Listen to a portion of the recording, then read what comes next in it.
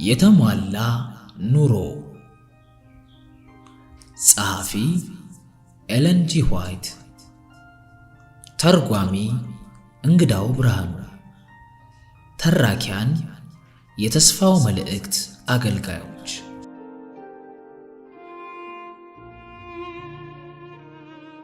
ምዕራፍ 23 የጸሎት ኃይል። መጽሐፍ ቅዱስ ሰዎች ሳይታክቱ ሁል ጊዜ መጸለይ እንዳለባቸው ይመክራል።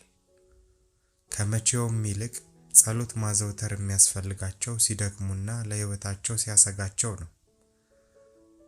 ሙሉ ባለጤና የሆኑ ሰዎች በየዕለቱና በየዓመቱ የሚሰጣቸውን በረከት በመዘንጋት አምላክ ለዋለላቸው ውለታ ምስጋናን ማቅረብ ይዘነጋሉ። በሽታ ሲይዛቸው ግን እግዚአብሔርን ያስታውሳሉ።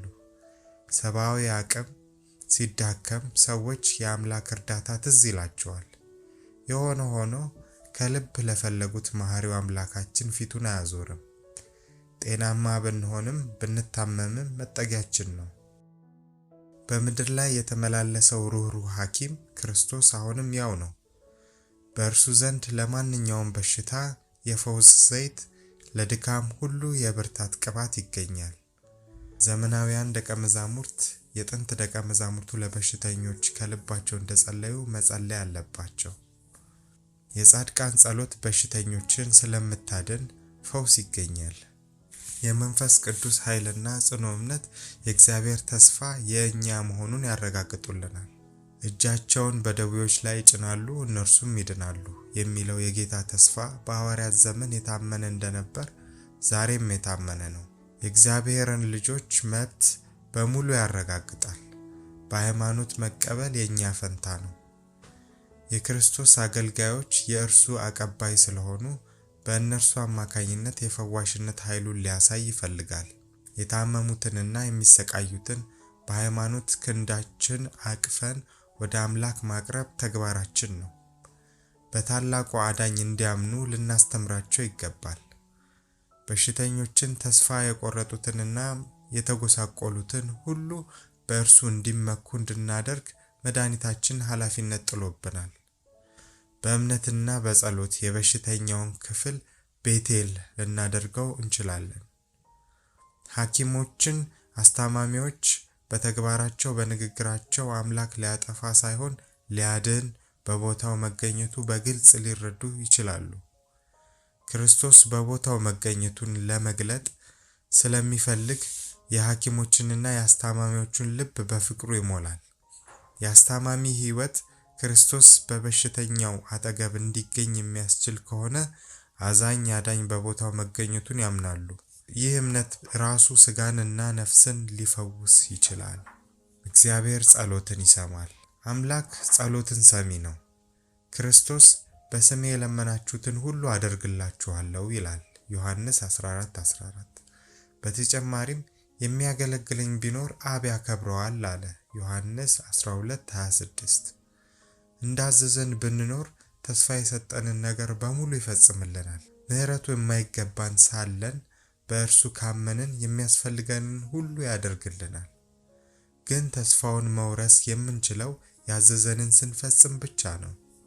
ባለመዝሙሩ በልቤ በደል አይቼ ቢሆን ጌታ አይሰማኝም ነበር ይላል መዝሙር 26:18 ላይ። ከልብ ያልሆነ ታዛዥነት ብናሳይ ተስፋው አይፈጸምልንም።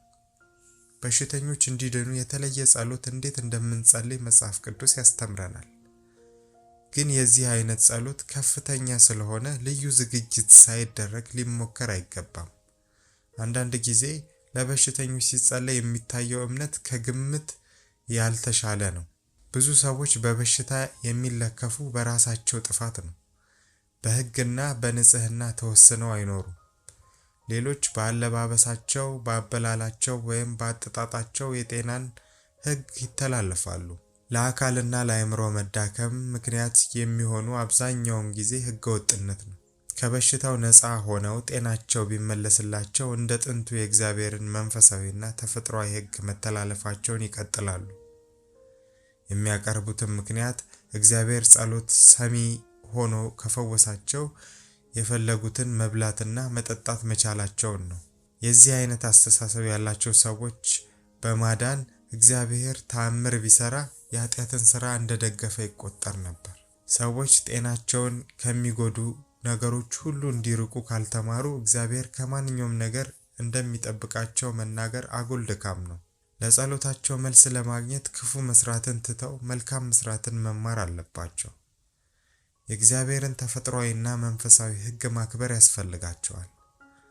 በጸሎት ጤናቸውን ለማስመለስ የሚፈልጉ ሰዎች የእግዚአብሔርን ሕግ መሻር ኃጢአት መሆኑን መገንዘብ አለባቸው። ከእግዚአብሔር በረከት ለማግኘት ደግሞ ከኃጢአት መናዘዝና ኃጢአትን መተው ማስፈለጉን ይገንዘቡ። መጽሐፍ ቅዱስ እርስ በርሳችሁ በኃጢአታችሁ ተናዘዙ ትፈወሱም ዘንድ አንዱ ለሌላው ይጸልይ፣ የጻድቅ ሰው ጸሎት በሥራዋ እጅግ ኃይል ታደርጋለች ይላል ያዕቆብ 5:16። ጸልዩልኝ ብሎ የሚጠይቅ ሰው የሚከተለው መልስ ሊሰጠው ይገባል። የልብህን እኛ እናውቅ። የሕይወትህን ምስጢር ማንበብ ያዳግታል። ከኃጢአትህ መመለስና መናዘዝ የራስህ ፋንታ ነው። የግል ኃጢአት በእግዚአብሔርና በሰው መካከል እርሱ ብቻ አማላጅ ለሆነው ለክርስቶስ ብቻ መነገር አለበት። በኃጢአታችን ብንናዘዝ ኃጢአታችንን ይቅር ሊለን ከአመፃም ሁሉ ሊያነጻን የታመነና ጻድቅ ነው። አንደኛ ዮሐንስ 1:9። ማንም ኃጢአት ቢያደርግ ከአብ ዘንድ ጠበቃ አለን፣ እርሱም ጻድቅ የሆነው ኢየሱስ ክርስቶስ ነው። አንደኛ ዮሐንስ 2:1። ኃጢአት ሁሉ እግዚአብሔርን ስለሚያሳዝን በክርስቶስ አማካኝነት ኃጢአትን መናዘዝ ያስፈልጋል። በግልጽ የተሰራውን ኃጢአት በግልጽ መናዘዝ ነው። የተበደለ ሰው ካለ ከሰውየው ጋር መታረቅ ያስፈልጋል። ጤናቸው እንዲመለስላቸው የሚፈልጉ ሰዎች ክፉ ነገር በመናገር በቤታቸው ውስጥ ጥል አፍርተው እንደሆነ ወይም ጎረቤትን ካስቀየሙ አለዚያ ቤተክርስቲያንን ቢበድሉ ነገሩን በተበደሉት ሰዎችና በእግዚአብሔር ዘንድ ማቃናት ያስፈልጋቸዋል። የጎደለው ከተቃና በኋላ ነገሩን በሃይማኖት በመንፈስ ቅዱስ መሪነት ለእግዚአብሔር ልናቀርብ እንችላለን። እያንዳንዱን ሰው በስሙ ያውቀዋል። በምድር ላይ ሌላ አንዱን ልጁን የለወጠለት ሰው የሌለ በማስመሰል ለሁሉም ያስብለታል። የእግዚአብሔር ፍቅር ታላቅና የማይወሰን ነው። በሽተኛው ሊያምንበትና ሊጽናና ይገባል። ስለ ራስ ብቻ ማሰብና መባከን ደካማነትንና በሽታን ያስከትላል። ተስፋ ባይቆርጡና ባይተክዙ ቶሎ በዳኑ ነበር። የእግዚአብሔር ዓይኖች ለምሕረቱ ወደሚታመኑት ናቸው። መዝሙር 33:18። ፈቃድህ ይሁን። ስለ በሽተኞች ሲጸለይ እንዴት እንድንጸልይ እንደሚገባን አናውቅ የሚለው ሐረግ መረሳት የለበትም። ሮሜ 8:26። የምንጠይቀው ልመና ቢፈጸም ይበጅ አይበጅ አናውቅም። ስለዚህ ስንጸልይ የሚከተለውን አባባል መጥቀስ ይገባናል። ጌታ ሆይ የሰውን ምስጢር አበጥረህ ታውቃለህ። እነዚህ ሰዎች በሚገባ ታውቃቸዋለህ። ስለዚህ አንተን የሚያስከብርና እነርሱንም የሚጠቅም ከሆነ ምሕረትህን ላክላቸው። ይህንም በኢየሱስ ስም እንለምናለን። እንዲድኑ ፈቃድህ ካልሆነ ግን ጸጋ እንዲያጽናናቸውና ባጠገባቸው ሆነ እንድታበረታቸው ስቃያቸውንም የሚችሉበት ኃይል ስጣቸው። እግዚአብሔር ከመጀመሪያ እስከ መጨረሻ ያውቃል። የልብን ሐሳብ በሙሉ ያውቃል። የሚጸለይላቸው ሰዎች ቢድኑ የሚገጥማቸውን ፈተና ሊቋቋሙት መቻል አለመቻላቸውን አስቀድሞ ያውቃል። መኖራቸው ለሌሎችና ለራሳቸው በረከት ወይም መርገም መሆኑን ለይቶ ያውቀዋል። ጸሎታችን ከልብ ካቀረብን በኋላ ያንተ ፈቃድ እንጂ የኔ ፈቃድ ይሁን አልልም ማለት የሚያስፈልገን ስለዚህ ነው። ሉቃስ 22:42። ኢየሱስ በጌተሰማኔ ሲጸልይ የአብን ፈቃድ ሲለምን እንዲህ አለ፣ አባት ሆይ የሚቻልህ ከሆነ ይህች ጽዋ ከኔ ትለፍ። ማቴዎስ 26:39። የእግዚአብሔር ልጅ እንዲህ ማለት ካስፈለገው እኛ ሥጋ ለባሽ የሆነውና ስህተተኞቹማ ምን ያህል ያስፈልገናል? ተገቢው መንገድ ምኞታችንን ሁሉ በሰማይ ላለው ጠቢብ አባታችን ማስረከብና ሙሉ በሙሉ በእርሱ ማመን ነው። እንደ ፈቃዱ ከለመነው እግዚአብሔር እንደሚሰማን እናውቃለን። ልመናችንን ስናቀርብ መንፈሳችን ካላስገዛን ጸሎታችን ከንቱ ነው። ጸሎታችን ተማጽኖ እንጂ ትዕዛዝ መሆን የለበትም። ጌታ አንዳንድ ጊዜ በመለኮታዊ ኃይሉ ታምር በመስራት በሽተኞችን ይፈውሳል። ግን በሽተኞች በሙሉ አይፈወሱም። ብዙዎቹ በኢየሱስ እንዲያንቀላፉ ይሆናሉ። ዮሐንስ በጳጥሞስ ደሴት ሳለ በጌታ የሚሞቱ ሙታን ብፁዓን ናቸው፣ መንፈስ አዎን ከድካማቸው ያርፉ ዘንድ ስራቸው ይከተላቸዋል ይላል ብሎ ጻፈ። ራእይ 14:13 ላይ። ይህ አባባል የሚያመለክተው የታመሙ ሰዎች ከበሽታቸው ባለመዳናቸው ሃይማኖት የጎደለው ናቸው እንዳይባሉ ነው። ሁላችንም ጸሎታችን በቶሎ መልስ እንዲያገኝ እንፈልጋለን።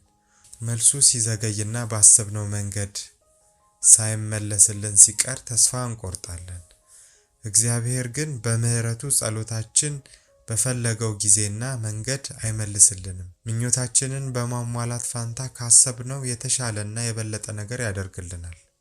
ፍቅሩንና ጥበቡን ስለምናምን ምኞታችንን እንዲያደርግልን በመወትወት ፋንታ ፈቃዱን እንዲያደርግ መለመን አለብን። የኛ ፍላጎትና ምኞት በእሱ ፈቃድ መዋጥ ይገባዋል። የዚህ አይነት እምነት የሚጠይቅ አጋጣሚ ይጠቅመናል። እምነታችን ጥብቅና የማይናጋ ወይም ከጊዜ ጋር የሚነፍስ ስር የሌለው መሆኑ ያን ጊዜ ይለያል። ሃይማኖት የሚጸናው በምግባር ነው። በጌታ ለሚያምኑ ሁሉ በመጽሐፍ ቅዱስ ውስጥ የከበሩ ተስፋዎች መኖራቸውን በመገንዘብ መታገስ አለብን።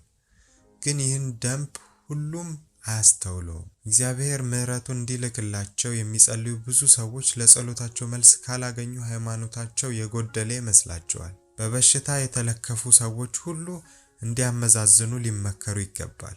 ለቋሚ ዘመዶቻቸው ማሰብ አለባቸው። ጤናን ለማሻሻል የሚችሉትን የተፈጥሮ ጸጋዎችንም ችላ ማለት የለባቸው። ብዙ ጊዜ በዚህ በኩል ከባድ ስህተት ይፈጸማል። በጸሎት ኃይል ብቻ እንፈወሳለን በሚል እምነት ሌላ ነገር ማድረግ የእምነት ጉድለት የሚመስላቸው አሉ። ግን እሞት ይሆናል በሚል ጥርጣሬ ነገሩን ሁሉ መልክ ማስያዝ አለባቸው። ከዘመዶቻቸው ሊለዩ ሲሉ የመጽናኛ የምክር ቃላት መናገር ሊያስፈራቸው አይገባም። ከእግዚአብሔር ጋር መተባበር። በጸሎት ኃይል ለመዳን የሚፈልጉ ሰዎች ሊያገኙ የሚችሉትን መድኃኒት መተው የለባቸውም። እግዚአብሔር በጥበቡ በሽታን ለማስታገስና ተፈጥሮን ለመጠገን ያዘጋጀልንን መድኃኒት መውሰድ የሃይማኖት ጉድለት አይደለም። ከእግዚአብሔር ጋር በመተባበር ተፈጥሮን ቶሎ እንድትጠግን ማድረግ ክህደት አይደለም። የኑሮን ወይም የህይወትን ደንብ እንድናውቅ እግዚአብሔር ኃይል ሰጥቶናል። የተሰጠንን ዕውቀት እንድንሰራበት ተፈቅዶልናል።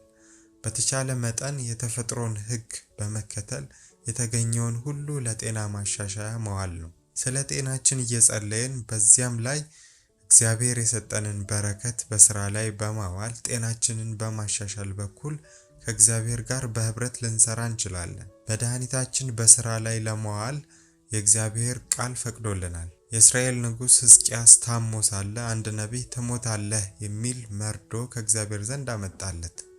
ንጉሡ ወደ እግዚአብሔር ጮሆ ስላለቀሰ እግዚአብሔር 15 ዓመት ዕድሜ ይጨምርልሃለሁ አለው። እግዚአብሔር ከተናገረው ንጉሡ ሊድን ሲችል የተለየ መመሪያ ደግሞ ተሰጠው። ኢሳይያስ 38:21 የበለስ ጥፍጥፍ አምጥተው በእባጩ ላይ ይለብጡት እርሱም ይፈወሳል አለው። ስለ በሽተኛው ከጸለይን በኋላ ምንም አይነት ውጤት ቢመጣ በእግዚአብሔር ላይ ያለን እምነት ሊቀንስ አይገባም። ችግር ቢደርስብን መራራውን ጽዋ ወደ አፋችን ያቀረበው አምላካችን መሆኑን ሳንዘነጋ በትዕግስት እንቀበል። በሽተኛው ከተረፈም የህይወት ዘይት የቀባን ጌታ ተጨማሪ ግዴታ እንደጣለብን አንዘንጋ። 10 ለምጻሞች ሲነጹ ጌታን ተመልሶ ያመሰገነው አንዱ ብቻ ነበር። ማንም ቢሆን በክርስቶስ ፍቅር ልባቸው እንዳልተነካው እንደ 9ኙ ለምጻሞች አይሆን። በጎ ስጦታ ሁሉ፣ ፍጹም በረከት ሁሉ ከላይ ናቸው። መለወጥም ከእርሱ ዘንድ ከሌለ፣ በመዞርም የተደረገ ጥላ ከእርሱ ዘንድ በሌለ ከብርሃናት አባት ይወርዳል። ያዕቆብ 1:17